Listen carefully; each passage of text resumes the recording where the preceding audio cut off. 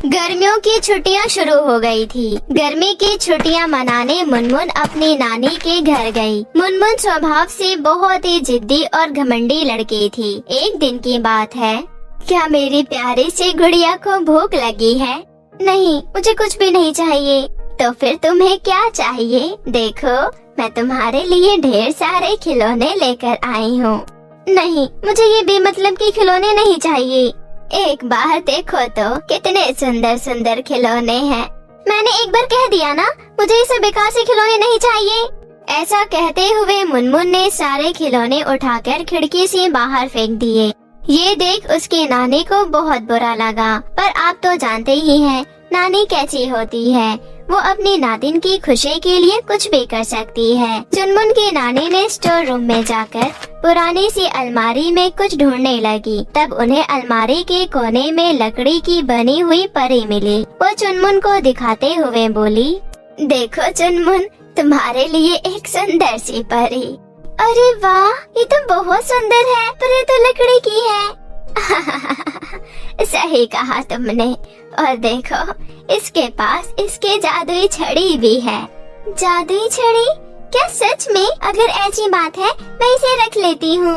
ये कहते हुए चुनमुन ने लकड़ी की परी को अपने कमरे में ले गई और उसके साथ खेलने लगी और लकड़ी की परी से बोली, लकड़ी की परी, अपनी जादुई छड़ी से जादू दिखाओ ना। तो मेरी बात क्यों नहीं सुन रही? तुम भी बेकार का खिलौना हो, तुम मेरे किसी काम की नहीं।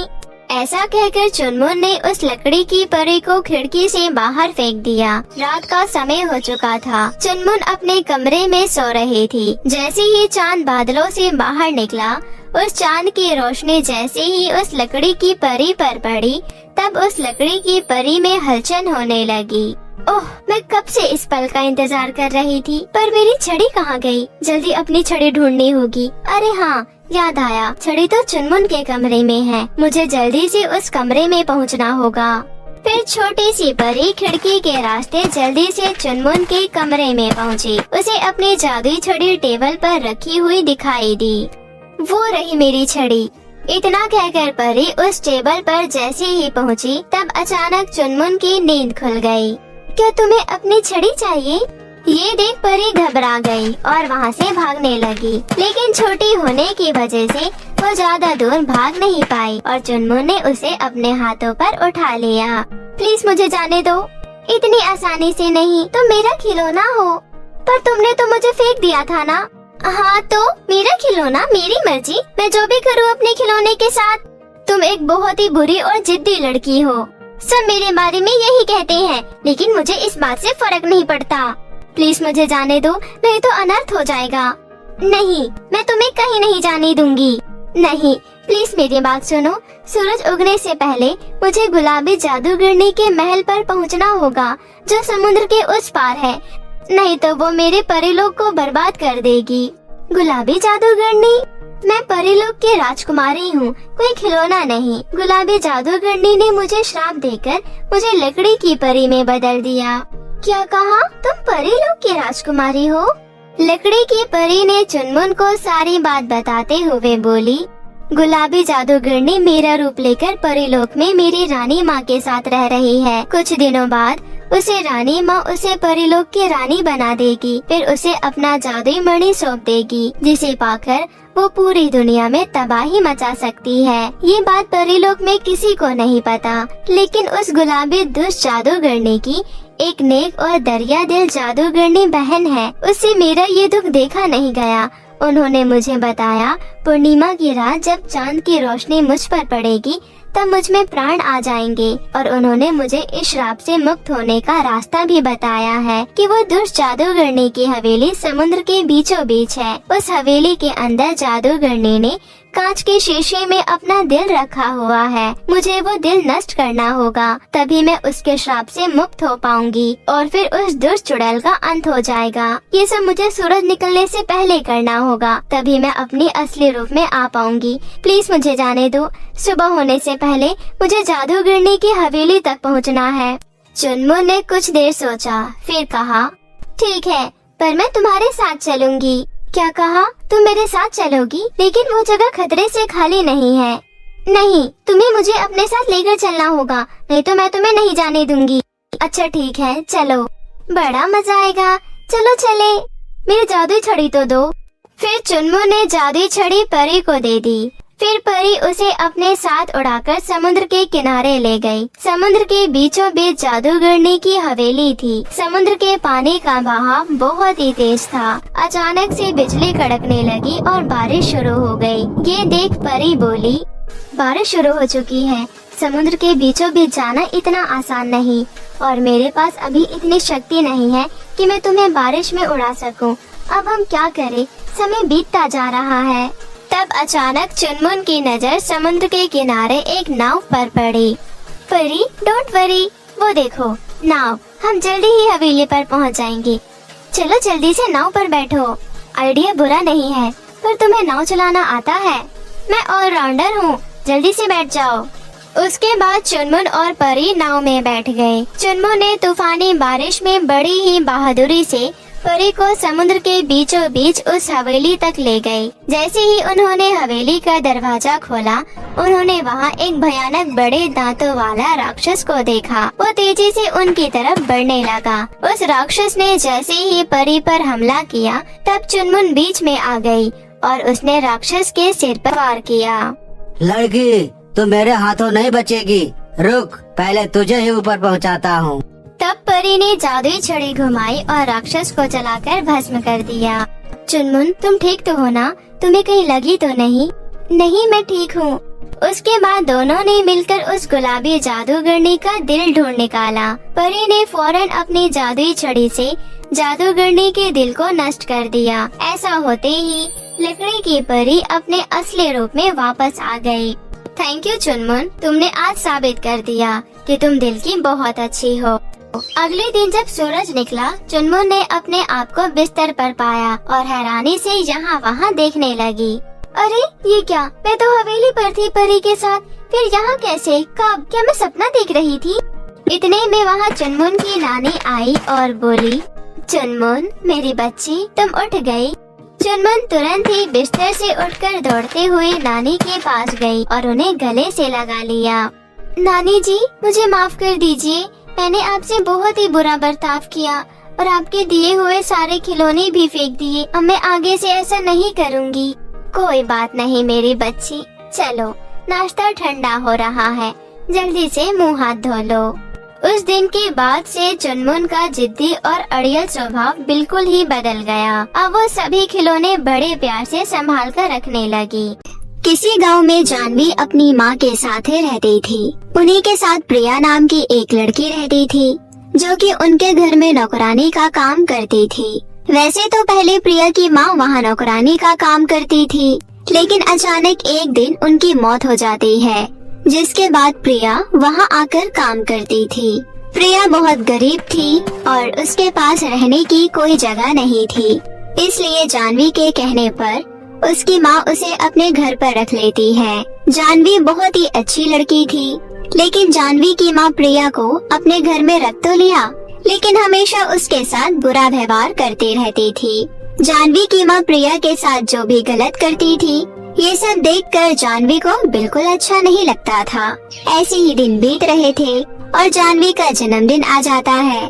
जिस दिन जानवी का जन्मदिन होता है, उसी दिन प्रिया का भी जन्मदिन था, इसलिए जानवी अपनी माँ के पास जाकर बोलती है, माँ, आज मेरे जन्मदिन के साथ साथ प्रिया का जन्मदिन भी है। मैं सोच रही थी कि मेरे जन्मदिन की पार्टी इतनी बड़ी हो रही है, इसलिए क्यों ना प्रिया भी मेरे साथ अपना एक केक काटकर खुश हो जाए।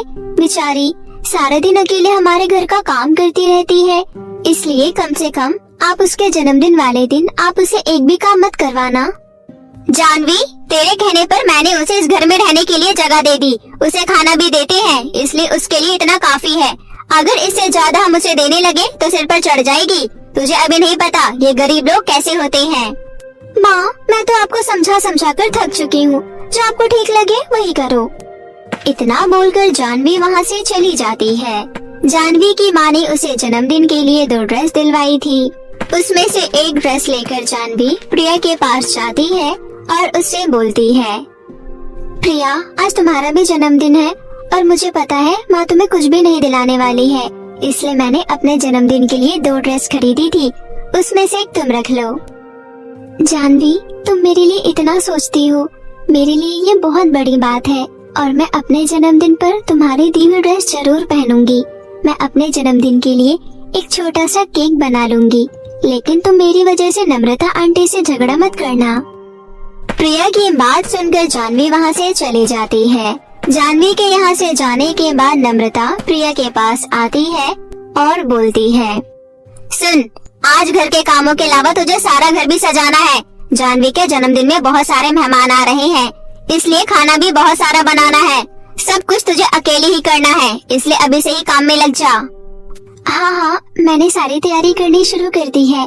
मैंने जानवी से उसके दोस्तों की मनपसंद खाने के बारे में पूछ लिया था, इसलिए मैं वो सब बना दूंगी। देख प्रिया, अपनी माँ के जाने के बाद तू उसकी जगह इस घर में काम करती है और मैंने तुझे इस घर में रहने की जगह भी दी है, लेकिन जानवी चाहती है कि मैं तेरे साथ वैसा बर्ताव करूं जैसा कि मैं जानवी के साथ करती हूं, और ये मैं बिल्कुल नहीं कर सकती। भला जिस तरह मैं अपनी बेटी के साथ रहती हूं, उस तरह मैं एक नौकरानी के साथ कैसे रह सकती हूं? मैं तुझे यही बोलने आई थी कि तू मेरी बेटी के जन्मदिन के पार्टी में बिल्कुल नजर नहीं आएगी, वरना जानवी का सारा ध्यान तेरे पर ही रहेगा। पार्टी खत्म होने के बाद जो भी बचा होगा वो तुझे खाने के लिए मिल जाएगा। इतना बोलकर नम्रता वहाँ से चली जाती है। नम्रता की बातों का प्रिया को बहुत बुरा लगता है, लेकिन वो सब अनदेखा कर अपने काम में लग जाती है। इस तरह उस दिन प्रिया का भी जन्मदिन था, लेकिन प्रिया घर का सारा काम करती है, घर सजाती है और खाना बनाती है। जैसे ही सारा काम खत्म होता है, नम्रता जानवी से छुपकर प्रिया को थोड़ी देर के लिए घर से बाहर निकाल देती है। थोड़ी देर में सारे मेहमान आ जाते हैं और जानवी केक काटने वाली होती है। तभी जानवी अपनी माँ से पूछती है, माँ, मुझे प्रिया कहीं नजर नहीं आ रही है। उसने इतना टेस्टी खाना बनाया है और अब पता नहीं कहाँ चली गई। तू ही उसे अपना दोस्त मानती है और उसे इतना सर पर चढ़ा रखी है। देखा, तेरे बर्थडे पार्टी से चिढ़कर कैसे बाहर चली गई है। नम्रता की बातों का जानवी पर कोई असर नहीं पड़ता है और वो समझ जाती है कि उसकी माँ ने ही जानबूझकर प्रिया को घर से बाहर निकाला है। वहीं दूसरी तरफ प्रिया एक पेड़ के नीचे बैठकर रो रही होती है। आज मेरी माँ होती तो मेरा भी जन्मदिन मनाया जाता। बेशक हमारे पास इतने पैसे नहीं, लेकिन फिर भी माँ हमेशा मेरे जन्मदिन पर बड़ा सा केक लेकर आती थी। नम्रता आंटी की कोई भी बात का मुझे कभी बुरा नहीं लगा, लेकिन आज उन्होंने मुझे जानवी के बर्थडे पार्टी में नहीं रहने के लिए घर से बाहर निकाला।